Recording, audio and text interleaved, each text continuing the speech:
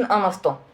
Tu es en guerre depuis des années, tu viens de remporter la plus grande victoire de ta vie, la ville la plus importante du monde est enfin devant toi, tu pourrais te venger, tu pourrais humilier tes ennemis, tout le monde s'attend à ça. Mais tu fais exactement l'inverse. Cette histoire est celle de Saladin. Et crois-moi, elle est bien plus impressionnante que ce que racontent les films. Nous sommes au XIIe siècle. Depuis des décennies, les croisades déchirent le Proche-Orient. En 1099, Jérusalem est prise par les croisés. Les chroniques de l'époque racontent que de très nombreux habitants sont tués après la prise de la ville. Pour les musulmans, la perte de Jérusalem est un immense choc. Mais le monde musulman est alors profondément divisé. Chaque dirigeant pense d'abord à protéger son propre territoire. Pendant ce temps, un jeune homme grandit. Son nom est Salah ad-Din Yusuf ibn Ayyub, celui que l'histoire retiendra sous le nom de Saladin. Et contrairement à ce que beaucoup imaginent, il ne naît pas roi, il ne naît pas conquérant, rien ne laisse penser qu'il deviendra un des dirigeants les plus célèbres de l'histoire. Son oncle est un grand chef militaire. C'est grâce à lui que Saladin commence sa carrière. Au départ, ce n'est même pas un guerrier réputé. Les chroniqueurs le décrivent comme quelqu'un de calme, réservé, très pratiquant, et davantage attiré par les études que par la gloire. Pourtant, les événements vont bouleverser sa vie. Après plusieurs campagnes en Égypte, Saladin reçoit une responsabilité immense. Il devient le dirigeant du pays. À cette époque, l'Égypte est l'une des régions les plus riches du monde. Mais Saladin ne cherche pas seulement à gouverner, il poursuit un objectif beaucoup plus grand. Réunir tous les musulmans qui se combattent entre eux. Pendant des années, il négocie, il conclut des alliances et il affronte aussi ceux qui refusent son autorité. Petit à petit, il parvient à unir une grande partie de la Syrie, de l'Égypte et d'autres territoires.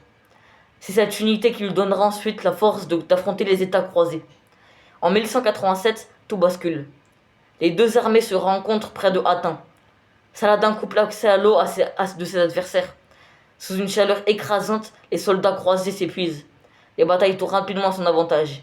Chaque victoire décisive. C'est une victoire décisive. Après Hattin, de nombreuses villes se rendent. Et bientôt, Jérusalem est de nouveau à portée. Les habitants de Jérusalem savent ce qui s'est passé lors de la conquête de 1099. Ils craignent une vengeance terrible. Beaucoup pensent que la ville va être mise à sac, mais Saladin choisit une autre voie. Lorsque Jérusalem capitule, il accepte que de nombreux habitants puissent quitter la ville sans contre une rançon. La ville contre une rançon. Selon les récits historiques, plusieurs personnes qui ne pouvaient pas payer furent également libérées grâce à des interventions ou à des gestes de clémence.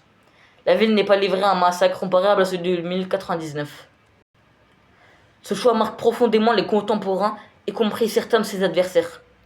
Sa réputation dépasse alors le monde musulman. Même plusieurs chroniqueurs européens décrivent un chef respecté pour sa générosité, son courage et son sens de l'honneur. Malgré le conflit qui les oppose, cela ne signifie pas la guerre était sans violence. Les combats restaient extrêmement durs, mais Saladin acquiert une réputation de dirigeant capable de faire preuve de retenue lorsque les circonstances le permettent. Puis arrivé à la troisième croisade, en face de lui se trouvait un adversaire redoutable, Richard Ier d'Angleterre. Les deux hommes ne s'affrontent pas seulement par les armes, ils développent aussi une forme de respect mutuel rapporté dans plusieurs chroniques. Un récit célèbre raconte que lorsque Richard tombe malade, Saladin lui aurait fait envoyer des fruits et des soins. D'autres récits évoquent le prêtre d'un cheval après une bataille. Ces épisodes sont souvent rapportés par la tradition historique, même si certains détails sont discutés par les historiens. Ce que c'est certain, c'est que leur rivalité est devenue l'une des plus célèbres du Moyen-Âge. Après des années de campagne, Saladin meurt en 1193. Et ce qui surprend encore aujourd'hui, c'est qu'au moment de sa mort, malgré l'immensité de son empire, il laisse très peu de richesses personnelles. Une grande partie de sa fortune avait été distribuée en aumônes et de dépenses liées à son gouvernement. Pour beaucoup d'historiens, c'est ce contraste qui explique pourquoi son nom traverse encore des siècles. Pas seulement parce qu'il a gagné des batailles, mais parce que son comportement après ses victoires a marqué ses contemporains. Et c'est peut-être là la plus grande leçon de son histoire. Remporter une victoire est difficile, rester juste après l'avoir gagnée l'est encore plus.